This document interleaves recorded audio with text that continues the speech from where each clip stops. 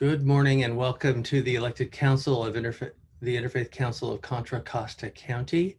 And we are so grateful that you're able to join us this morning. We have a few folks still making it into our space together, and we will be doing some breakout session and some conversations today, but Erica has a welcome for us. Good morning, everyone. Thank you all for joining us at this Chinese New Year's Eve elected council meeting. We have a lot to share with you. Terry Moss, our iCare coordinator, will be moderating the meeting today. And she will be basically going over the whole basics of iCare, the goals and objectives, as well as where we are and where we want to be and how all the congregations can come together to work on those projects. I will go ahead and call the meeting to order right now. And we will first, introduce Terry, and she will take over for the remainder of the meeting until the conclusion. Terry.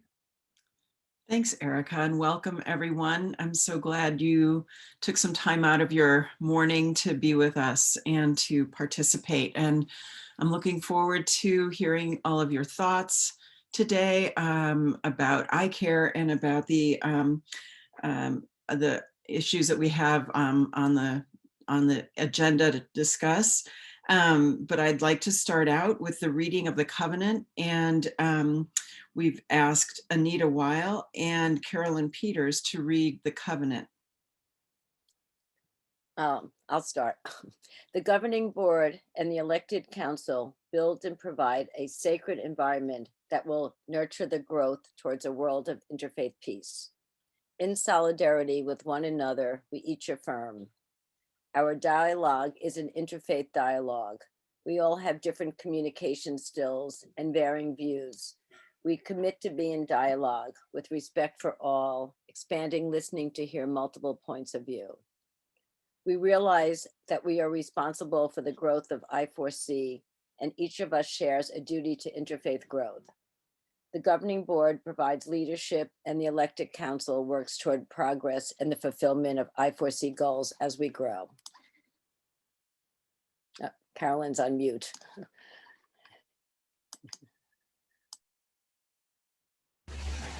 Thanks, Erica.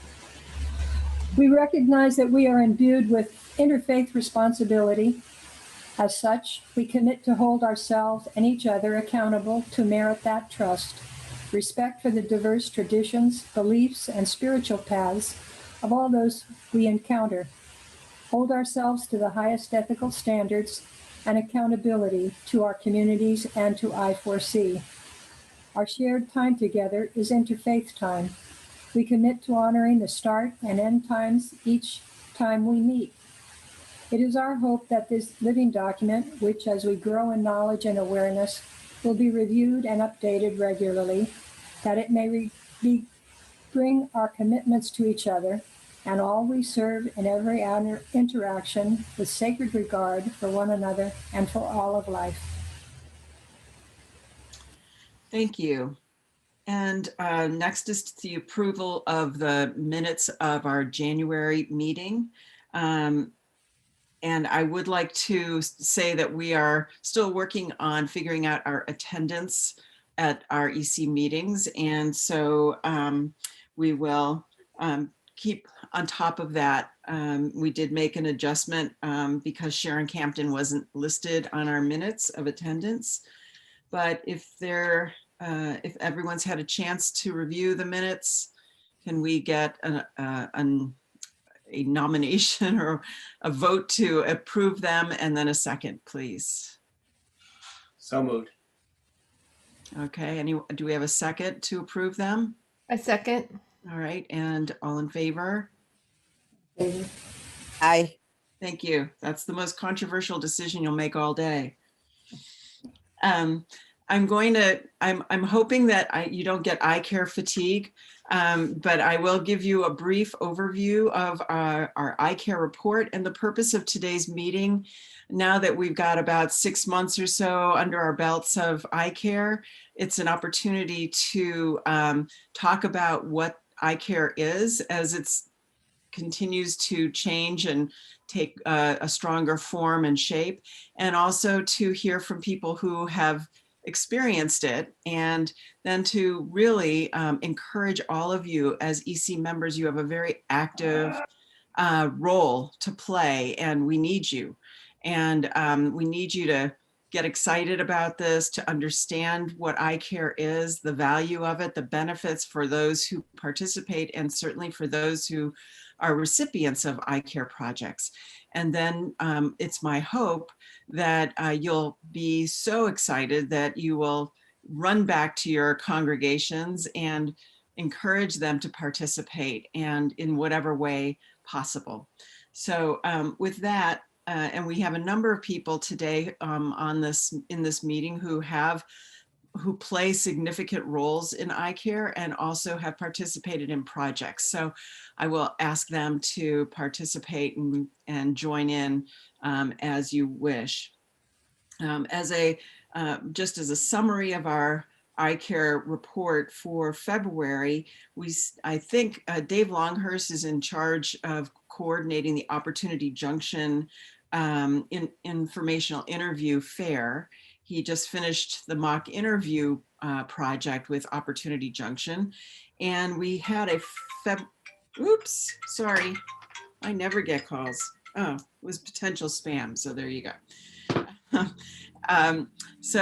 We had a February 5th deadline for people to sign up for the informational interview, and I don't know if you still need volunteers for that or not, Dave. Yes, and I think the challenge we're finding is that there's specific skill sets that the Opportunity Junction team is looking for, and it's not as easy to, it's not like you can just broadcast that and anybody can sign up for anything. So I think we're looking for like executive assistants, administrative assistants, medical billers, call center, somebody who's worked at a call center. So someone who is familiar with these careers and could meet with, and what you'll be doing is meeting with like 2 to 6 people from Opportunity Junction, these interns that are ready to go get a job, and they're interested in learning about that career. So yes, it would be great if we could fill those roles. We're really trying to get them filled today because there's a training coming up early next week. And I don't know if, we're going to be sharing the Sign Up Genius link. That is where everything happens for eye care, and that gives you the list of, we'll give you information about Opportunity Junction. We're sort of jumping ahead because I'm giving this report, but we will be going back, and I'll be giving you sort of the basics overview of eye care, and that will help you understand what we're trying to do if you aren't fully familiar with it. But as another part of our update, we have a Red Cross blood drive happening on February 13th. And again, that's a shared project with San Ramon Valley United Methodist Church and the Church of Jesus Christ of Latter-day Saints in Danville. And the details again on Sign Up Genius. For future projects, I'll be going over this in our presentation. But we have 3 projects that are coming up. We try to do 1 a month. Trinity Center Breakfast Bags needs 2 congregational co-sponsors. Monument Crisis Center, a project honoring moms, buying and assembling hygiene kits and diapers and wipes. We've got 1. Temple Isaiah is a congregational co-sponsor, and we need a second one.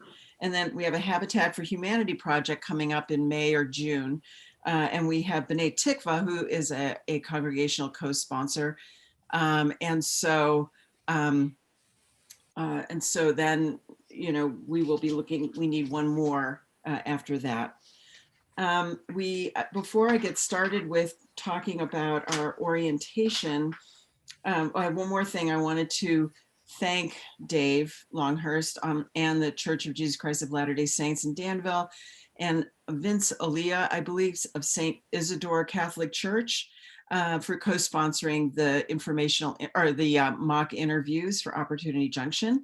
And then most recently, just this past weekend, Christ the King Catholic Church, Carolyn Peterson and Katie Gaines and Diane Maltester from the First Christian Church did an incredible short-term, unbelievable ramp up of buying and assembling at Christ the King's enviable tent last weekend, 250 food kits that were then distributed to people in the county.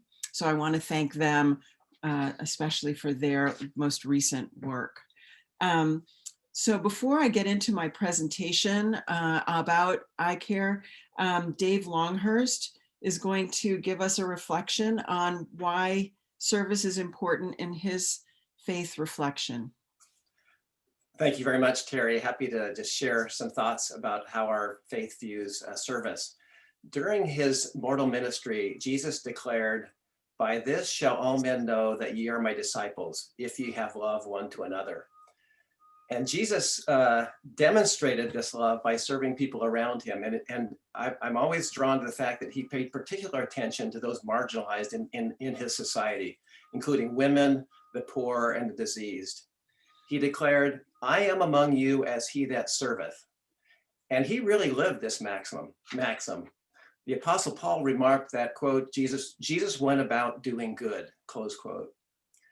In scripture unique to my faith, the Book of Mormon, the prophet Alma noted that being part of the faith community included a willingness to give meaningful service, to quote, bear one another's burdens that they may be light, to mourn with those that mourn, and to comfort those that stand in need of comfort.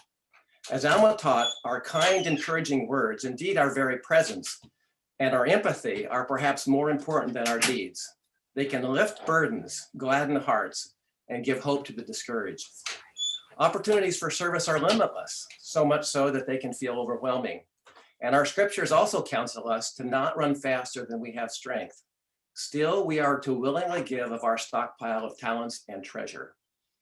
As a young missionary serving in Brazil, it was an aha moment for me when I recognized that I was happier when I was focused on serving others rather than being self-focused. Service is indeed a key to happiness. For this reason, it's really a delight for me to participate on the iCare committee and partner with other faiths in serving in our community. So thank you for letting me share these thoughts. I'm very committed to what we're doing in iCare and really appreciate Terry's great leadership. Thank you, Dave. You are such a symbol of what it's like to put faith in action and to serve others and to really just step in and take on a project and manage it. And I so appreciate your passion and enthusiasm. So I do have a presentation. I promise it'll be short, or I'll talk fast. Will, if you could do a share screen and pull up the PowerPoint, so I can't, because unlike some people, I can't walk and chew gum at the same time. So this is an overview of iCare. We can go to the next slide. And the overall mission of iCare, and I guess if you want to put a question in the chat, or if you can hold on to it and we can answer them at the end, maybe that would be a good way to go through the flow of information. iCare is a very straightforward project. The purpose of it is to serve the people in need right in our very own county. And we do that by engaging faith communities to work together. And that's really what makes iCare unique. Many of our congregations, if not all of them, value social justice and serving those in need.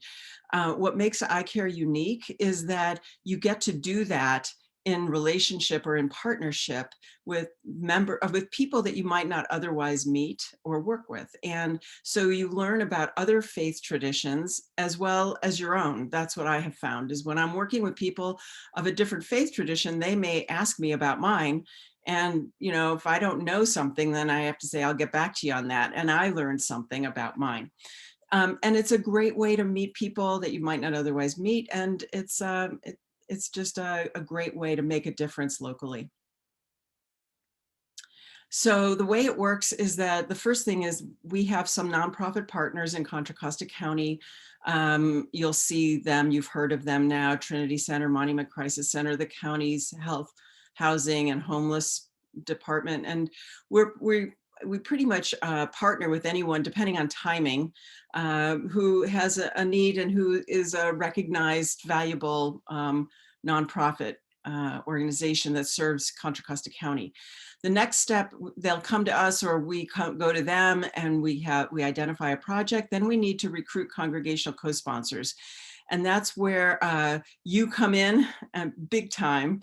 And also we reach out to you, Greg Kremenlev, and I'm sorry if I don't say your last name right, Greg, is in charge of outreach. And so he is trying to, introduce iCare to our congregational members. And this is the huge role that EC plays, that we hope that you will take this knowledge and excitement about about iCare and go back to your congregations and talk to them about it and sign up as a congregational co-sponsor.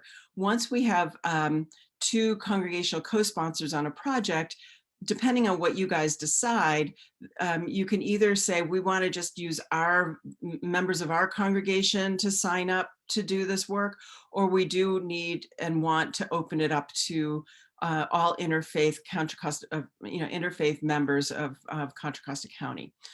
So you just let us know, and then that's when our Sign Up Genius, Anita Weil, who is in charge of everything with regard to Sign Up Genius, sets up the website for the way you want it.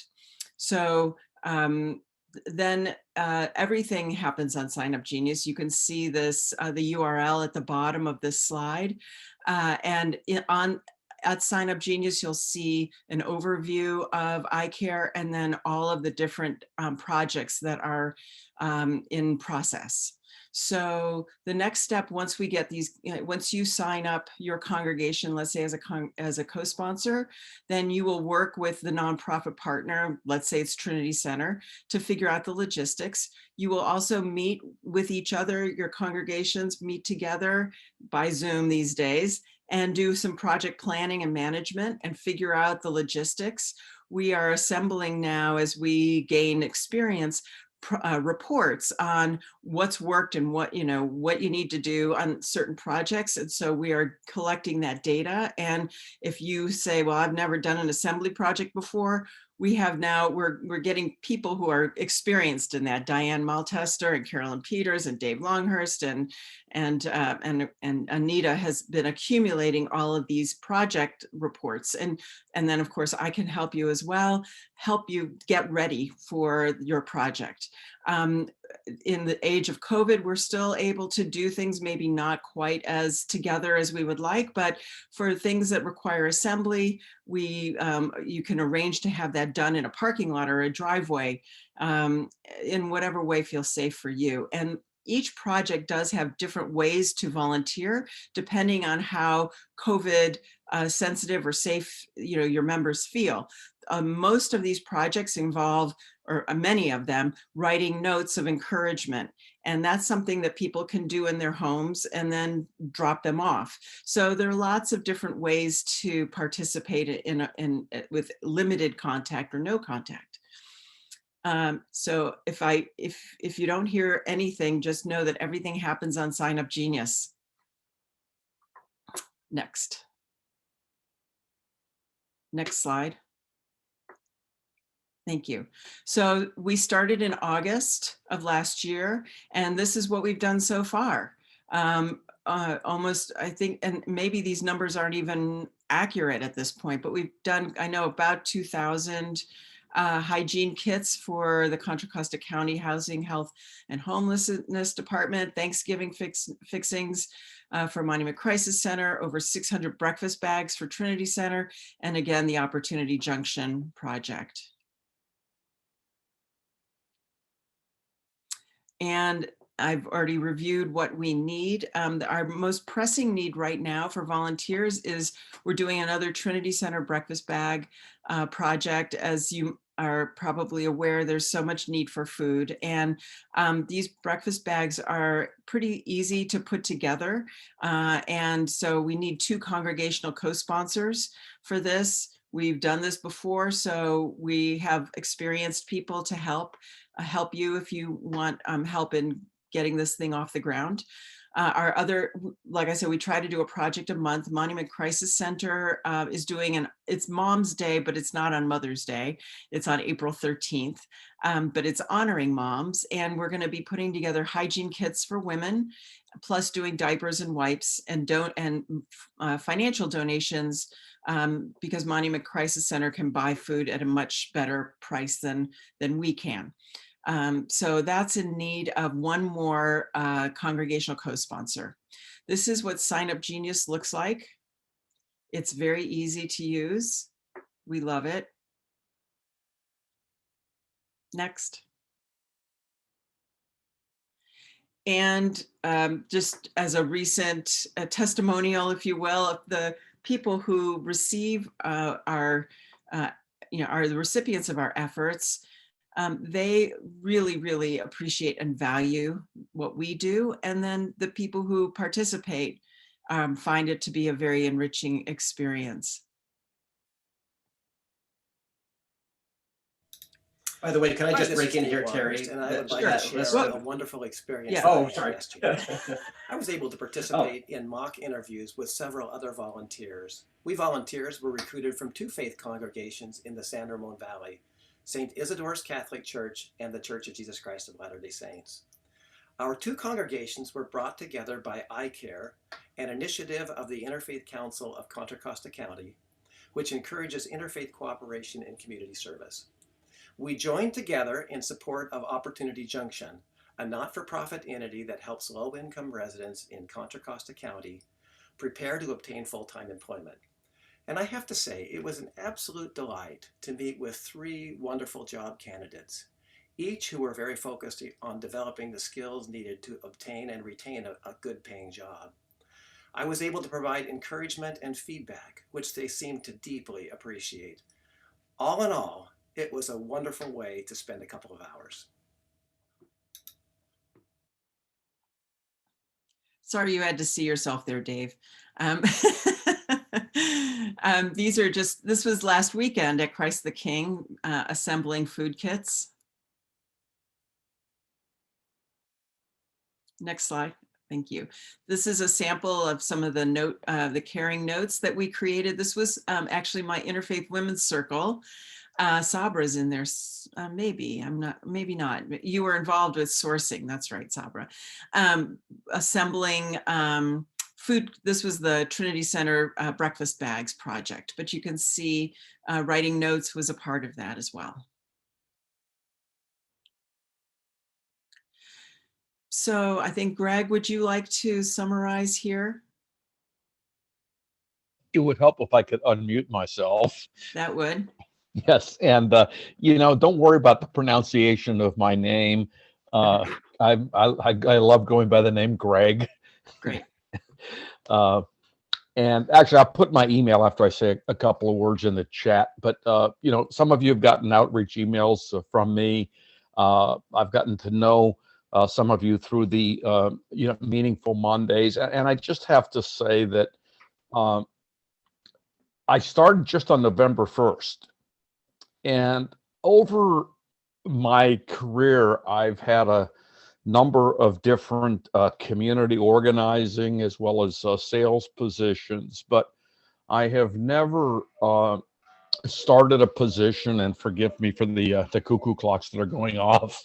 I've never had a position or been involved with an organization with such a big heart, as I foresee, and I feel so blessed to have been brought aboard and really following Terry's footsteps in a lot of ways, and to have people like Dave and Diane and others just stepping up is just marvelous. And I guess the couple of things I'll say is that I would love for the elected council to take more of a leadership role in the projects. Some of you I have met, but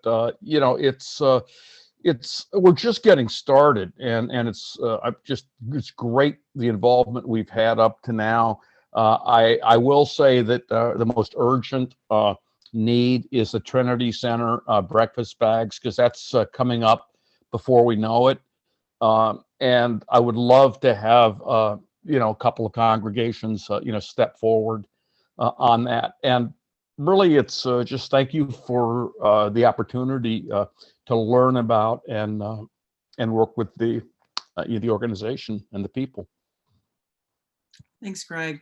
I also just want to acknowledge Sharon Campton was involved in our pilot project with LOPC. And I see Rebecca Seaman, who is this master organizer, one-woman band on getting the hygiene kits done in November. It was a big project. So are there any, and I apologize if I've missed anybody at this point.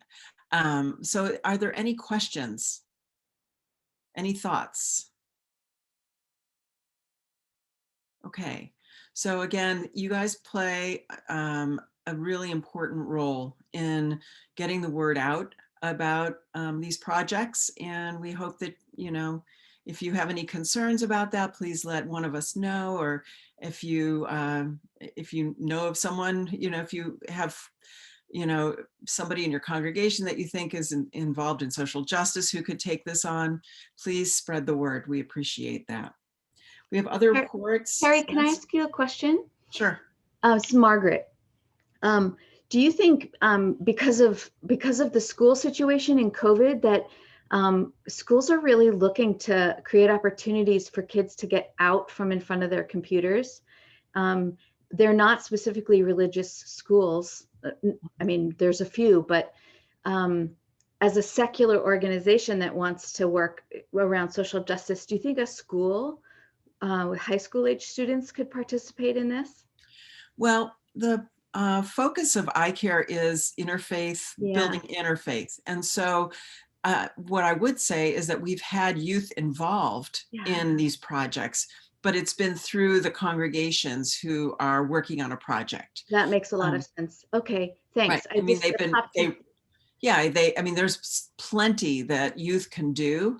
If, whether it's writing the iCare notes or, assembling or delivering. Sure. Okay, great. Thanks. Yeah. Yes, Diane. I just wanted to say that I'm wondering if we could also find a nonprofit or if we have a nonprofit that we already work with, we could also create an iCare around the project and have the interfaith. So if you have something that in your church or faith facility or faith congregation that you're working on that's important to you, that's a nonprofit, there's another way that we could join or create. Doesn't have to be, but I mean, it's nice to have something already set up though, for sure. But if you have another organization you want to work with, let us Terry know and Greg know. Yeah, we're very open. We just sort of take whoever comes our way and says we have a project and we go with them. So far it's been these 3 or 4 nonprofits, but we're open to new nonprofits to work with if they're reputable, of course. Any other questions? Okay, I'm wanting to somewhat stay on schedule, and I think I've already blown that, but let's we have other reports of other activities going on at the Interfaith Council. The iChange report is on page 7, and the SOJA report is on the 6th page. Of course, the iCare is on page 5, and my executive director report is just before all of the different activities that are coming up. Okay. Do we want to give some, let's see, what time is it? Yeah, we have 9 minutes. So we have time for an iChange and a SOJA, and then Will's report, if you all want to give us an update on those. We have a few minutes for each. Yes, Margaret? I can go for iChange. we continue to be in a holding pattern around creating a mentoring program for incarcerated youth who are re-entering their communities, and the changes due to COVID and to some state legislation changes around how the youth are going to be and where they're going to be held. There's so much happening. Reverend Julius is so practically in meetings with probation every day, trying to figure out where we're going to be. So unfortunately, we're in a bit of a holding pattern, but we had a beautiful meeting last week where we agreed that what makes iChange through the Interfaith Council of Contra Costa County unique is that we are interfaith, as opposed to a lot of other organizations that are going to try to be inside detention facilities with youth. So they're almost entirely, if not entirely, secular. They're CASA, they're probation department inspired. So we really want to lift up and hold that our involvement and our care and our heart space is one of interfaith spirituality and supporting youth in this really difficult transition out of detention and back into what will become their normal life, with schools and jobs and families and decisions. So we're really wanting to remember and remind ourselves that this is what makes us unique. And so to hold that we want to care for the spiritual needs of these youth is really important. So with that in mind, our committee is also growing, which is really exciting. I love seeing new faces because that brings new ideas and it holds our feet to the fire a little bit. We have a lot of really creative work happening. Meg Keeley in particular is creating all sorts of PowerPoints and trainings and, with the help of everyone on the committee. So we're plugging along and we're growing, and we are constantly reminding ourselves what makes us us. And that is our interfaith spiritual love. So I'm excited, and we just keep waiting on the county. Boy, never work to be creative with or governmental organization. It's very challenging, but Julius, hang in there. And I really send thanks and appreciation to everybody on the committee. Maybe Julius can give his. Oh, go ahead, Will. I was just going to say maybe Julius can give his report as well. Since we didn't have him listed on the reports, and since we don't have a written report from him, maybe he can give his report now. Absolutely. Good morning, everyone. Thank you so much, Margaret.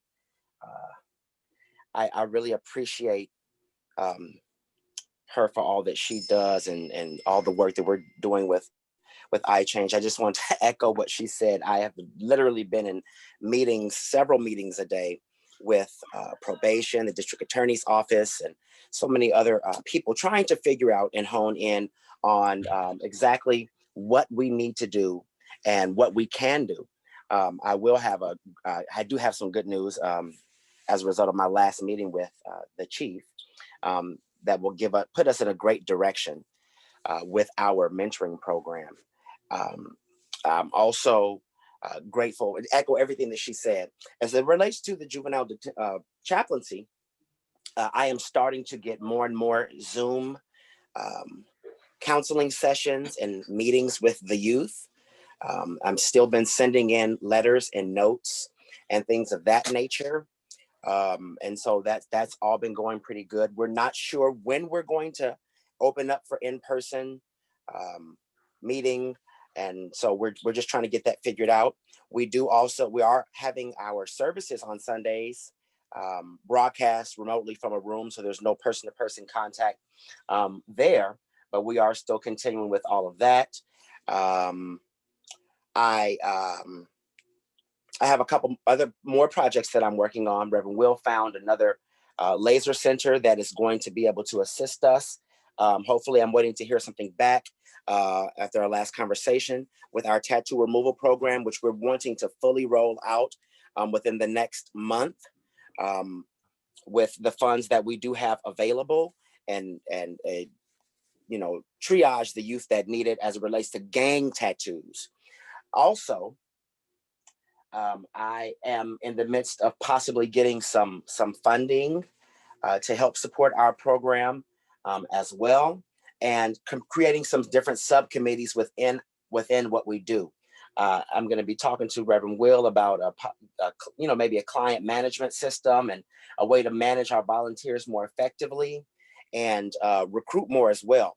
Specifically, going to be working on a Black Church and Faith initiative to help bring in more Black churches into the work there at the juvenile hall.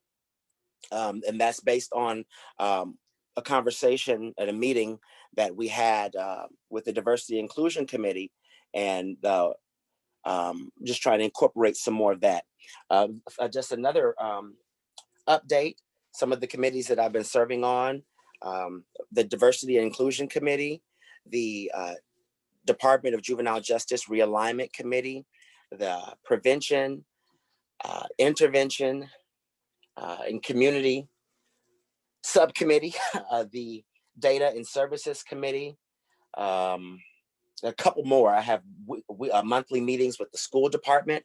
Oh, I have other good news as well. I did have a meeting with the Vice Chancellor of Academic Affairs for Southern University at Shreveport in Louisiana.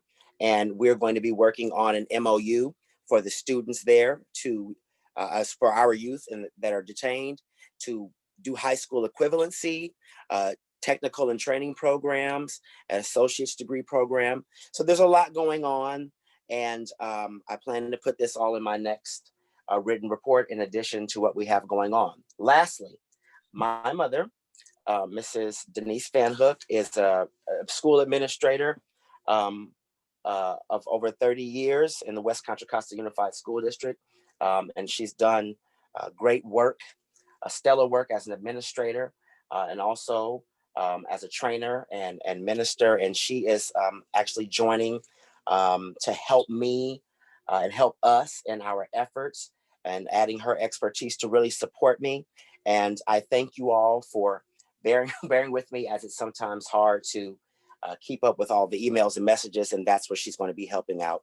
And a special shout out again to Meg Keeley for all that you do. Sorry for taking so much time. Thank you. That was a great summary and sounds very exciting and positive. Very excited about what you're doing. And Margaret. Thank you. Yes, thank you. I'm just going to point out just briefly that we have a lot of events coming up, and a lot even coming up in later this month in March. And our SOJA met yesterday, and they're doing some great work. And you have a report from Dennis in there. The Rossmore Interfaith Council starting their big question starting next Monday at 2. What is the purpose of life? And they'll be having one of those on the third Monday every month. We are co-sponsoring a thing with the Miles Hall Foundation and NAMI Contra Costa called From Pain to Purpose, Creating Communities of Safety and Belonging on February 27th. That's a Saturday morning. ICANN is doing the Cleaner Contra Costa Challenge. And if you and your congregation want to get a team to compete with other congregations' team about decreasing your carbon footprint, that's a great introduction to the Cleaner Contra Costa Challenge that's going on here in our county. And that's on February 24th. Neighbor to Neighbor has something on the 21st. There's anti-racism trainings.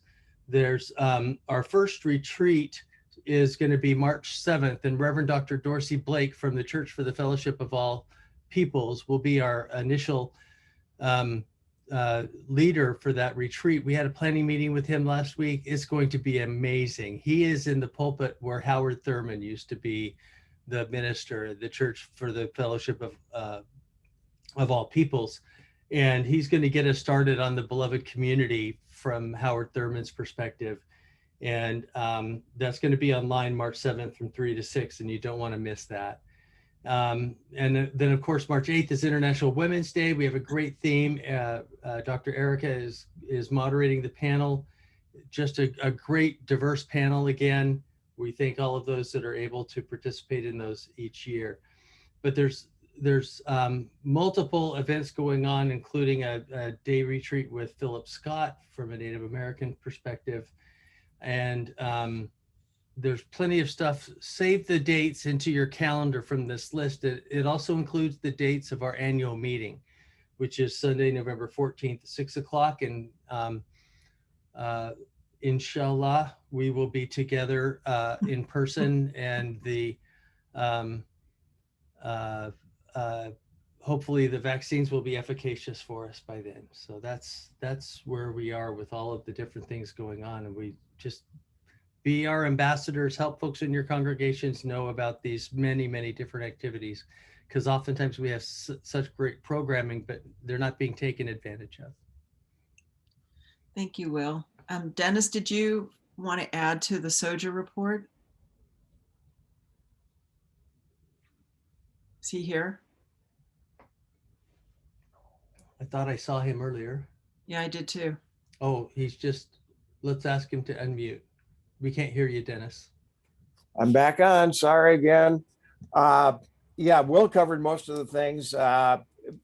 What we talked about yesterday in our SOJA meeting, a couple of the things, our Winter Nights continues to march along, and we're up to full speed on that. And we have a capacity of 12 people in there and 4 families.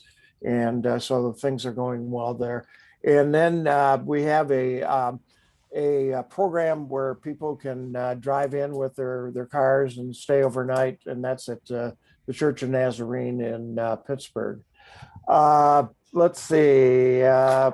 We're following very closely the Miles Hall situation. There was a meeting in I think it was the 26th of January at the Walnut Creek City Council, and essentially the gist of that meeting was that not really enough has been done as a result of the Miles Hall situation, and the city has an awful lot of work to do there. So essentially, I think that's probably it. The rest is in the SOJA report. Thank you. Thank you, Dennis. Before we go into our interfaith dialogue breakout groups, where we're going to be discussing sort of eye care related theme of what your congregation is working on to address food insecurity and housing in your part of the county. Before we do that, I would just like to ask you to keep file in the back of your mind or in the middle of your heart ideas for talking to your congregations about all of these programs that I foresee offers to the community, and opportunities for building interfaith relationships, and that to ask your congregation or faith group to consider making donations to the Interfaith Council in support and in honor of the services that we are providing, because we can't keep providing them without the financial support. So with that, I don't know if you want to take it over, Will, and break us out into smaller groups and set up the small group discussions. I'd be happy to. So our question today is, what is your congregation working on to address food insecurity and housing needs in your part of the county? And so that's our discussion point. We're going to be breaking up into rooms of 4, and we're going to be coming back at 9:40 for our harvest and report out. So please assign one person as a reporter or a recorder inside your small group that can even start writing some of the top 2 or 3 things that your group is coming up with in ways that people are trying to serve those in need right now. And we'll report that out, and then Diane will give us our benediction later. You have to hit the button to join.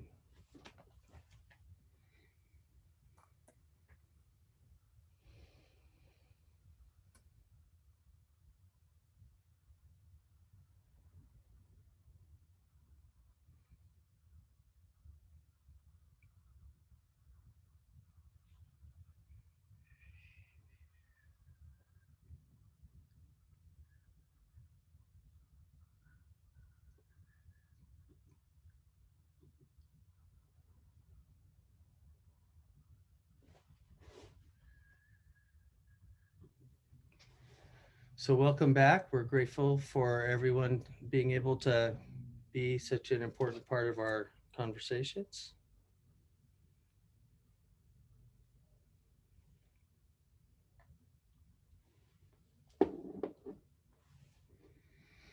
And I think we have everyone back.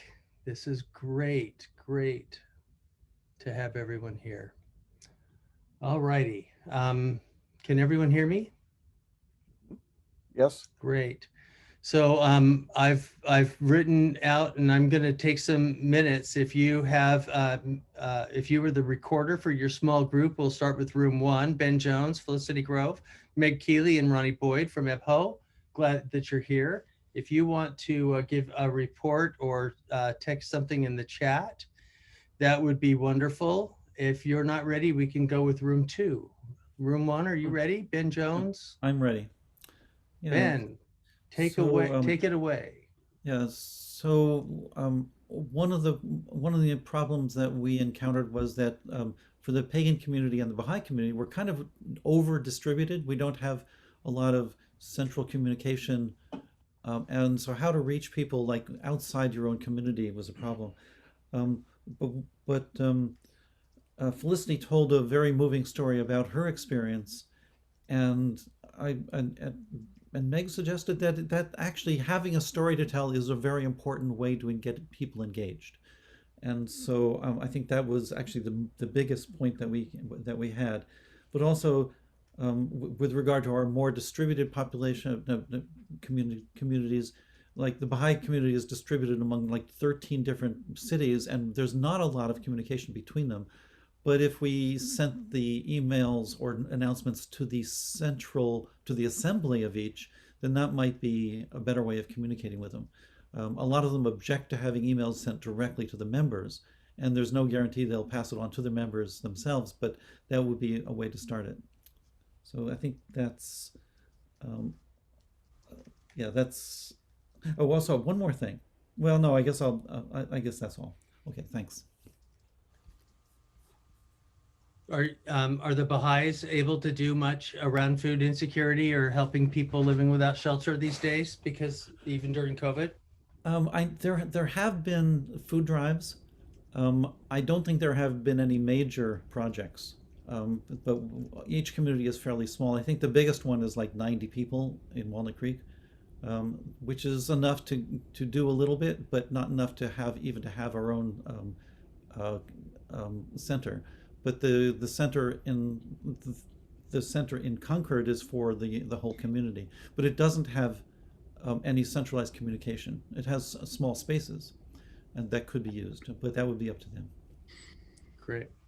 Room 2 was Anita Weil, Carolyn Peters, Maren Stanzik, and Reverend Julius.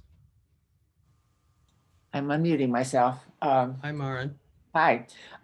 Basically, all of the various organizations involved, oops, sorry about that. Somebody left me a message on my phone and it's noisy.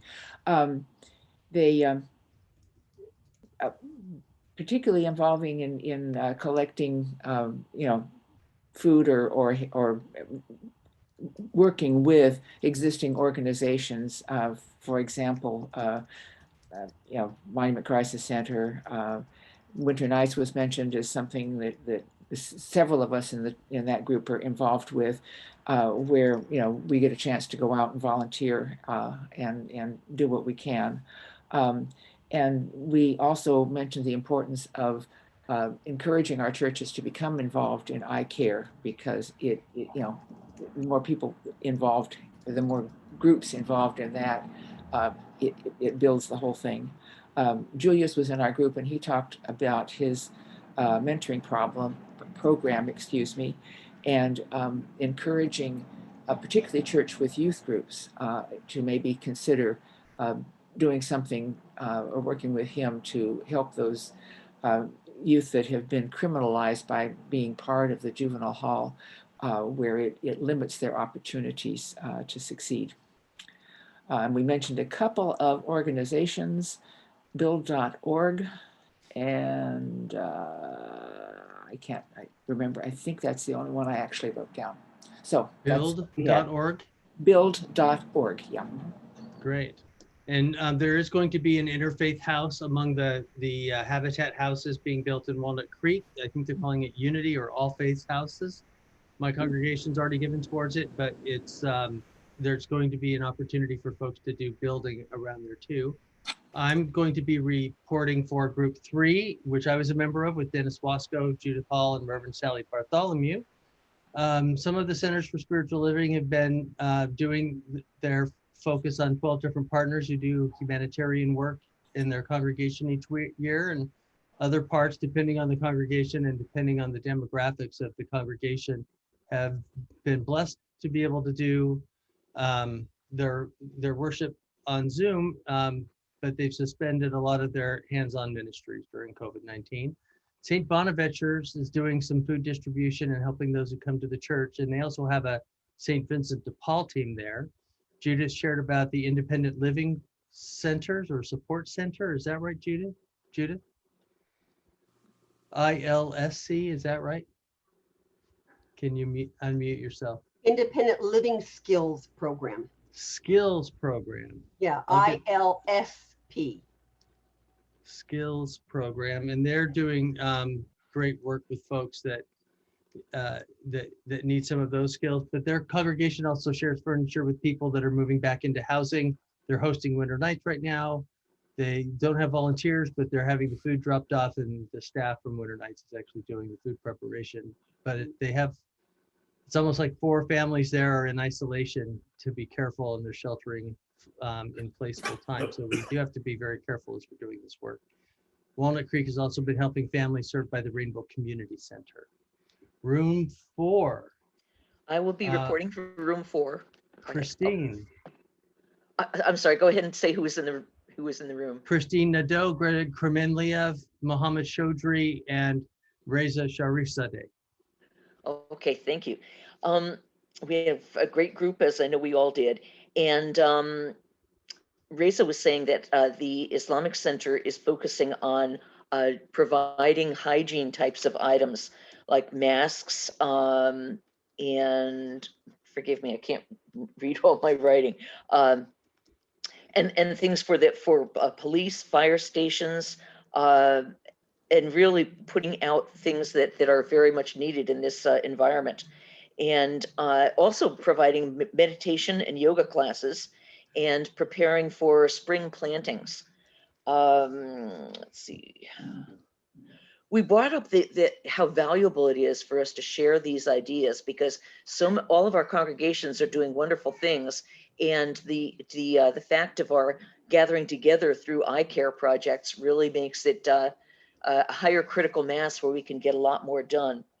And for example, in my congregation, the Episcopal congregation, we are starting a Vets Cafe, but we haven't really told anyone else about it. And it occurs to me that would be a very good project to be able to work on, going forward.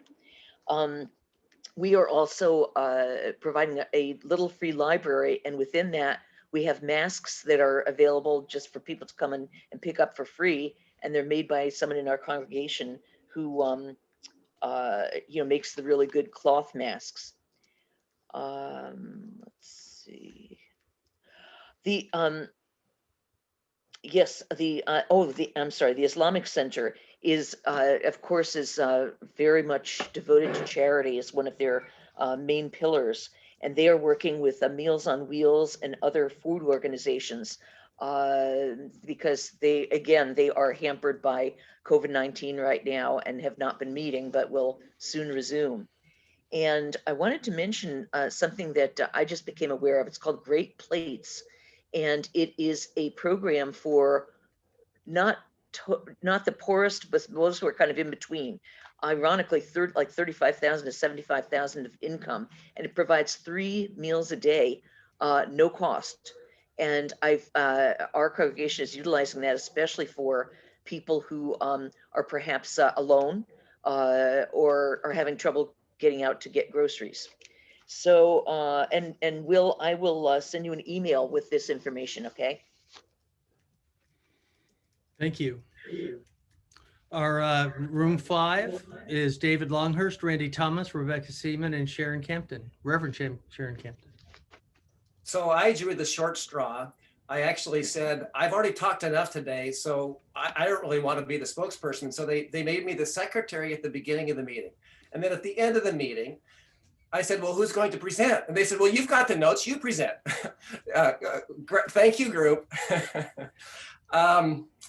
So we started off just sharing kind of what our faith congregations are doing. Rebecca started to shared a little bit about, in our church, what we have is called as a Bishop Storehouse, which is basically a local place where food that the church either grows on its own farms, or or use money that are donated by the members of the church, and it stocks like a small little grocery store. So people within the church that run into hard times can go to their local clergy, and they together fill out an order form, and then they take that order form to the grocery store, effectively the Bishop Storehouse, and get it filled. So it was really designed for church members to be self-reliant and not have to rely on outside support.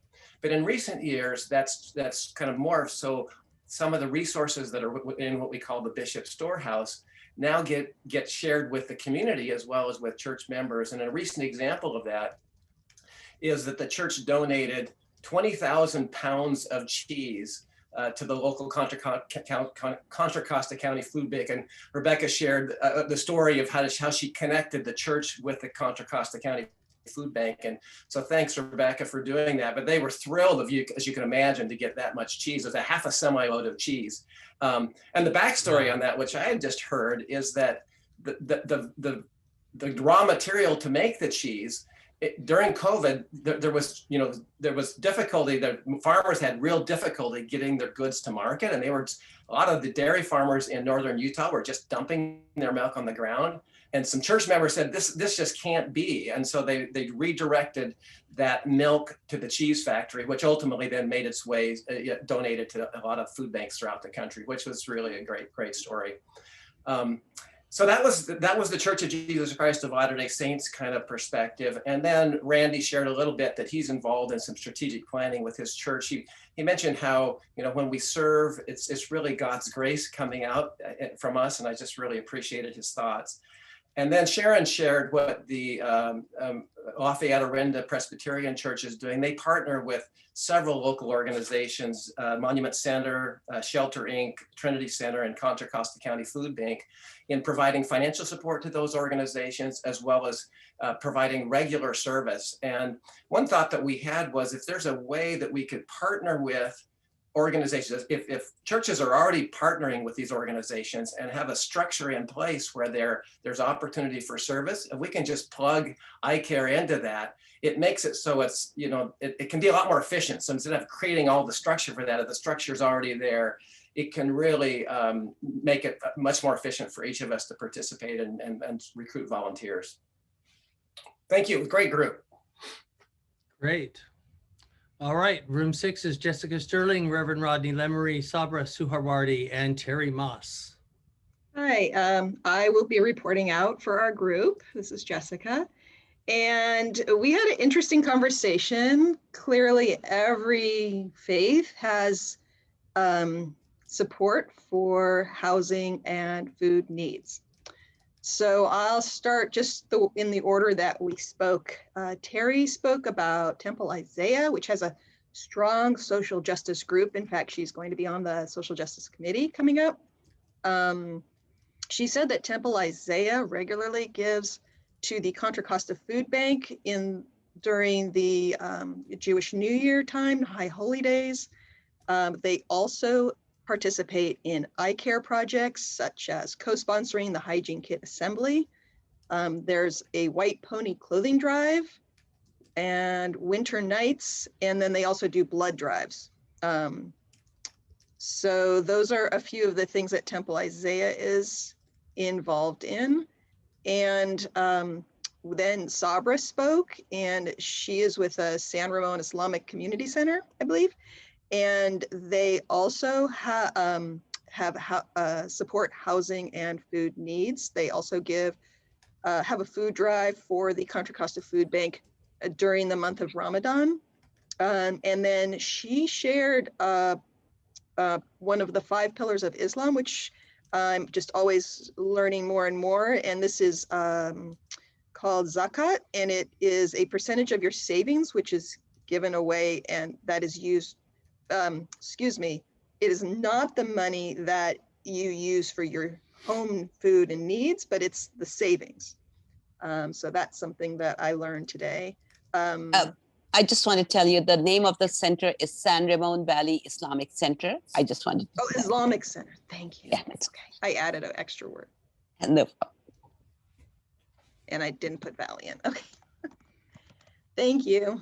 And that you also, and also she mentioned that some of the zakat is given to family, then friends, then the community, and then also community overseas. So this could be money for food and clothing for Muslim communities that are in other parts of the world.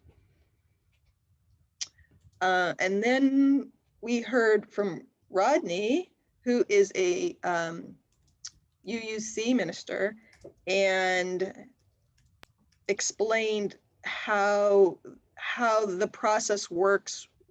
I believe I wrote down live in service. Oh, right, you live in service. And the way that this comes out is through Winter Nights, supporting Winter Nights, which they did a double commitment last year. And this year they provided the food and supplies, but didn't house the people. And then they also share their, and I hope I got this word right, offertory between their congregation and an outside organization. And that may include like Hope Solutions, Winter Nights, and another group, which I wrote Trinity. So Rodney, I don't remember which organization that was for That's Trinity. right, Trinity Center. Trinity Center, okay. And then for myself, and thanks to Terry for taking notes while I spoke, I actually belong to a synagogue in Alameda County, and my job, my working for Jewish Community Relations Council takes me into all the counties, so in the area. So my synagogue gives food during the high holidays, and then a couple other times during the year, like Thanksgiving and December, and we give money to the Alameda County Community Food Bank. We hold a warm coat drive, and we've had a baby clothes drive, and we had been serving meals at City Team, which is in downtown Oakland, once a month. And then my work on the East Bay Housing Organization's Faith and Justice Committee, we work on affordable housing issues and the unhoused, and I work with Ronnie on that. And we just recently met with Assemblymember Wick's office, her Chief of Staff Uche, and we talked to him about faith, building affordable housing on faith property, and supporting refugees and asylum seekers, et cetera, et cetera. So I work both with the Jewish community and the interfaith community. And that's the end of my report. Thank you. Room 7 is Reverend Dr. Dale Weatherspoon, Diane Maltester, Dr. Erica Baines, and Margaret Niles. I guess I'll speak since I took the notes. Anyone else in the group want to talk? No? Okay. Basically, Dale Weatherspoon, he is part of the United Methodist group. They have various different things that they do to address both food insecurity and I guess not as much housing, but food insecurity. For every third Saturday, they make about 450 to 500 sandwiches for GRIP, which is the Greater Interfaith, Richmond Interfaith program. And they have Saturday meals that are handed out. I think we've had some of their presentation at our annual meeting. They also have this brotherhood group that collects food from food banks, and those food then are distributed to people of need. Dale Weatherspoon, do you want to add any more to that? And he mentioned that now they're at a point where the needy have enough food to where now they are bringing the food back and then sharing it with others. So that's good news. Also, a very good youth project that they have going, and basically also a member project, is they have started putting this harvest boxes and they're planting gardens and harvesting their food and then inviting people to pick up fresh, harvest fresh produce from those gardens. I didn't really get as much about the Brotherhood program. Dale, are you?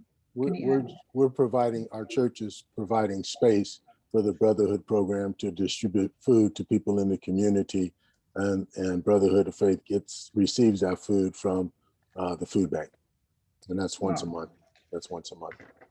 Right. Thank you so much. Dan Maltasta's group, the First Christian Church of Concord, they work a lot with the eye care projects, making food kits for the county. They also provide meals for the shelter, and they're a member of the Winter Night, so they basically host the members of the individuals that are taken care of by Winter Nights one time during the winter. Margaret Niles from the Buddhist faith, they don't have like congregation, so they have a monastery, and because of COVID, they're not doing a lot, but they've started to engage in communications with the community. Margaret, did I miss anything? No, they serve meals in normal times. There's a free lunch every single day, but they've closed the monastery for a year, so none of that is happening, unfortunately. Okay, and then for us, the Sikh Gurdwaras, currently the Sikh Gurdwaras, we are all eyes and hands and every effort to support the farmers. Hundreds, tens of thousands of farmers are protesting, but the Gurdwara on a regular basis, not just now, but forever, they used to have 3 times, fresh food available as the Langar Seva, but now they have made available to anyone that needs groceries. So basically a lot of Sikhs, what they do is they have gardens, they grow food, they have farms, they grow food, and then everything extra, a lot of stuff gets dropped at the Sikh Gurdwaras. And also when people buy groceries, they always, in their mind, try and buy one item for the Gurdwara as well. So the Gurdwara receives a lot of groceries. So lately what's been happening is they've been basically putting out the groceries, putting out emails out to people that want to get any of these items, and putting signs in front of the Gurdwaras if people need food, and delivering whatever is left to the food banks in the local areas. Also, the Sikh Gurdwaras annually, they do this.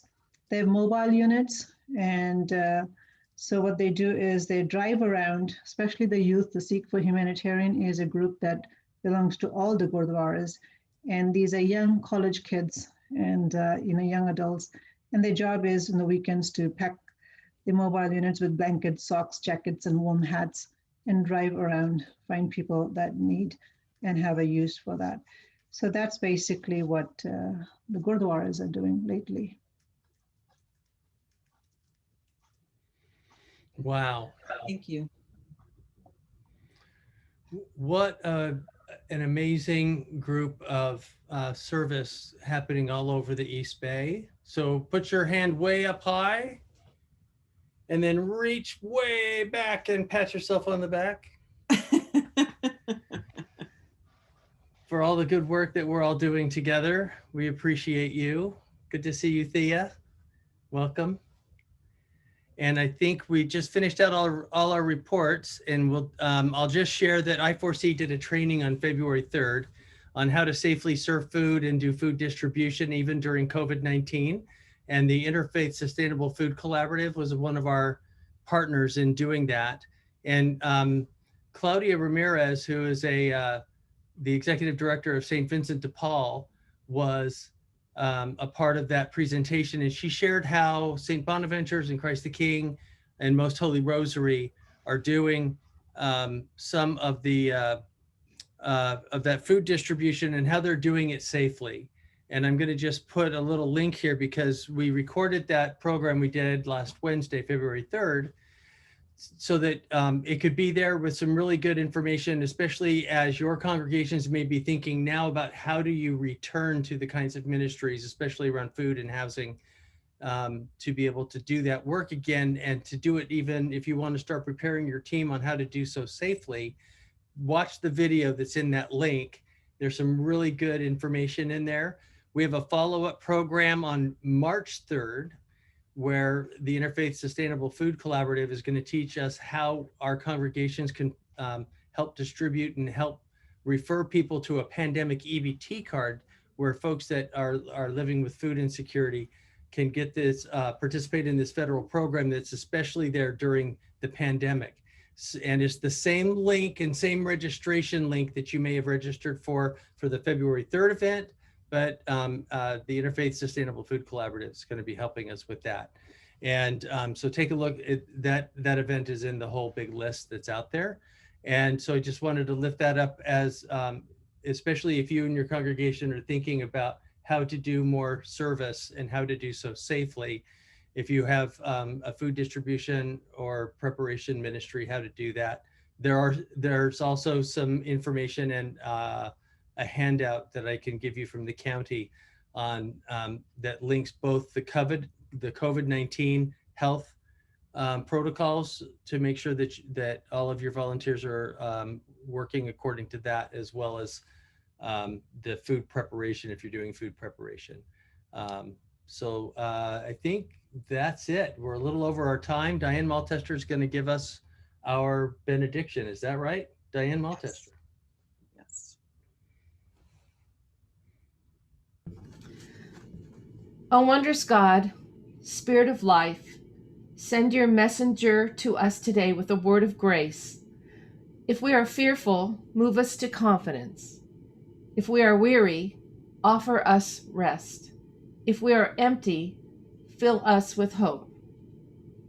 We have been searching for you far away. Let us find you at home in our midst, changing hearts and minds, urging us to do your work with a loving heart and a prayerful manner so that we may be a blessing in someone's life today. Amen. Thank you, Diane. That was beautiful. Thank you all for your participation, for the time that you took out of your busy lives to be a part of our county's interfaith giving to our community.